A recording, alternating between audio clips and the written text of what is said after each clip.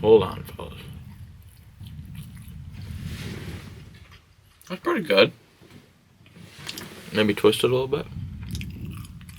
There we go. Perfect. Alright. Today, this video is going to be about... I was just thinking in my head, and I was like, that'd be a good video. This video is going to be about how to pass gas in the gym without anybody noticing. Now, don't tell me you haven't thought of it, because everybody has. If you've been lifting for even like a short period of time, you have thought of this.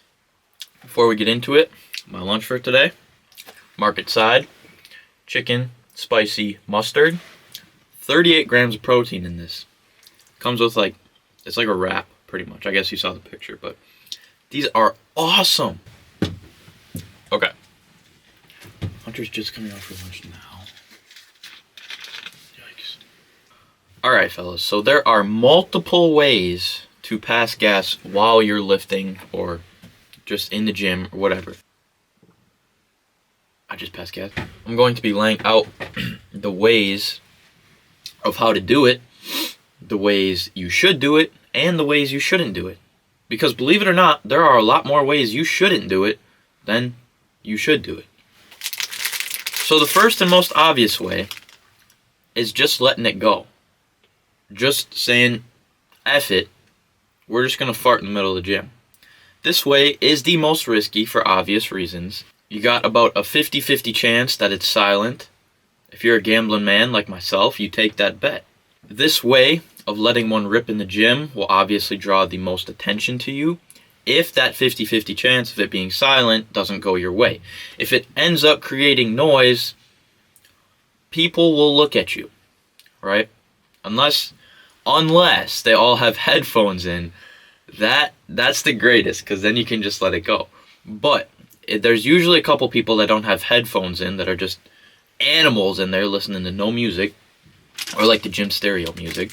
The only thing that can make this situation worse is if it smells. Now you got about a 50-50 chance that it smells or it doesn't smell. So really, you have two 50-50 chances, one of it not making any sound, and the other of it not smelling at all. If you can hit that jackpot there, you'll be good. But like we said, it's half and half, man. Now with these risks that you have to take if you decide to choose this method, you also get a benefit. The ease of applying this method is extremely easy. You can do this anywhere. You don't have to have any tools. You don't have to go any different places. This is the easiest method to use. However, it comes with the most risk. Now, I'm no gynecologist. I'm not giving out professional advice on what to do. I am just laying out the different methods of different ways of passing gas in the gym.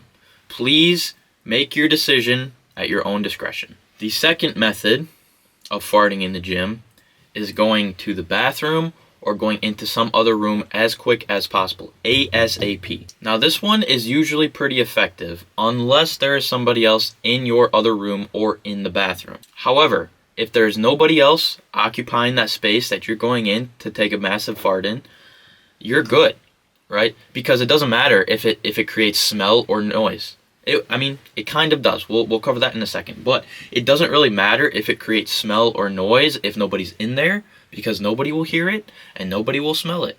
Only you. One thing you have to be extremely careful of, though. You have to make sure that nobody comes in right after you. Okay? Because if that happens, you are screwed and the whole plan goes to shit. If you go in that room and you fart and it makes noise and smells, and then you walk out, and somebody walks in right after you, they know that it was you that caused that smell, because there's nobody else in that room or in the bathroom. So to perform this method, you want to really keep track of the other people that are in the gym. Make sure that, they've used the bathroom. You don't have to worry about them. They don't go that often. They only go once per gym session. So we're clear. With the safety net that this method provides of nobody hearing it or smelling it, also comes a little bit more difficulty to perform the method. It really depends on how close that other room is, man. It depends on how close the bathroom is. If that thing is like a couple hundred yards away, I mean, it won't be that much because gyms aren't that big. But if it's a ways away and you're in the free weight section and you gotta go right now, like you gotta let that thing rip, you're either gonna have to run, you're gonna have to jog, you're gonna have to speed walk, you're gonna have to do something. And that comes with the consequence of looking goofy to other people that are currently in the gym. So like we said, this method, yes, it might be safer, but is it worth looking like a fool running to the bathroom or jogging to the bathroom or doing a speed walk? And then people might get curious and be like, oh, well, what is he doing? Why does he have to go that fast to the bathroom? They're not going to think it's pee, man. They're going to think it's either you got to take a shit or you got to fart.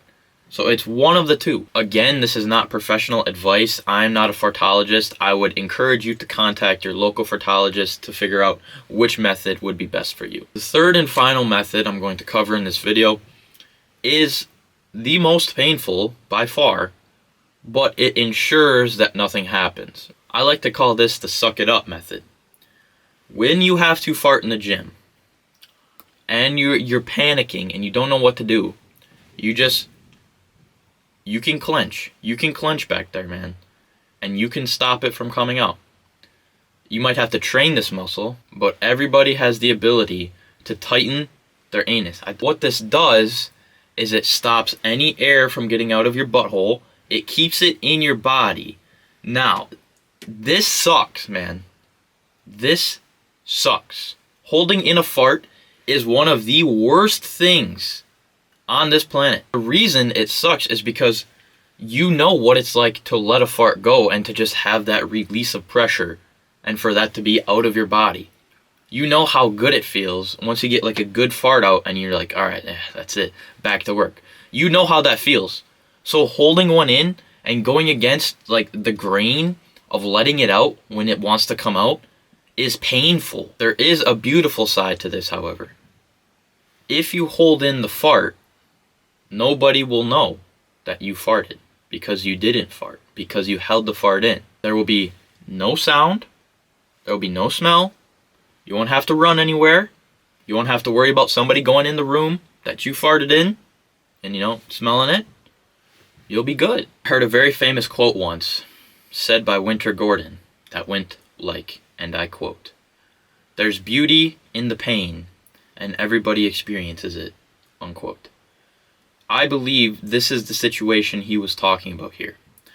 Although you might be experiencing pain from holding that fart in, you get to have the assurance that nobody sees you any different than you are because you farted in the gym. This is the method for my people out there that want to push the limits of human willpower and discipline. A lot of people will not be ready for this method, but the people that are, they will experience the beauty in the pain. To the rest of the people that decide to choose one of the other two methods and let the fart out, be patient, stay focused, keep your eyes on the prize.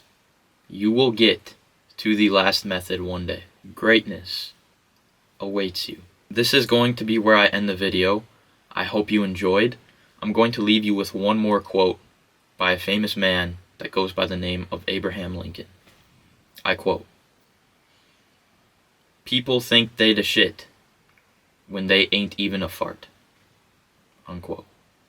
Peace out, boys. I love you. Stay real. Drop sub, drop share, or not. I don't care. I just rap everywhere.